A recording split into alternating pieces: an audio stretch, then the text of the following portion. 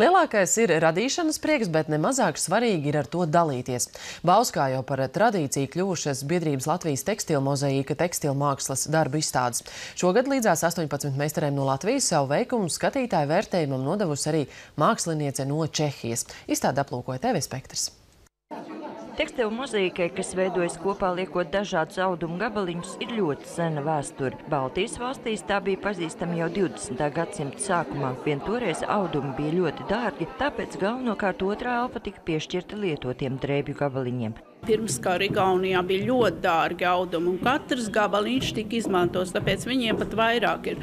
Latvijā līdz šim esot saglabājies Valmierā vilnas segas fragments. Pēdējos gados šis mākslas veids iegūst aizvien lielāku popularitāti. Bauskā jau 3. reizi atklāta tekstilu mākslas izstāde, kurai dots nosaukums Sieviešu pasauli. Bez šīm sievietēm izstāde nenotiktu.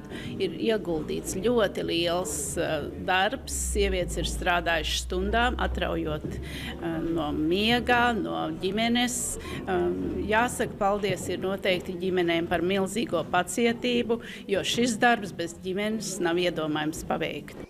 Pie viena darba, atkarībā no tā lieluma, tiekot strādāts no dažām stundām līdz pat vairākiem mēnešiem. Mākslas darba tēmas rodas ļoti dažādi, bet visos tajos iešūtas emocijas.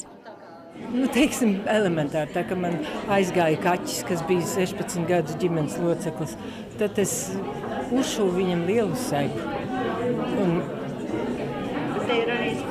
Un spilvendīču ar viņam pagodu pēc tam, lai es šatāt varu paskatīties. Līdzās biedrības Latvijas tekstilu mozaīka meistaru darbiem izstādīti arī čehietes Jānis Duškovas darbi, kurai jau ir pieredze izstādēs Eiropā, bet Latvijas skatītāju vērtējumam tie nodoti pirmo reizi. Es esmu tradicionālā tekstilu mozaīkas šuvēja. Man patīk ģeometrija, man patīk, kad visas vīles ir ļoti precīzas noteiktā platumā, un darbi ir skaisti.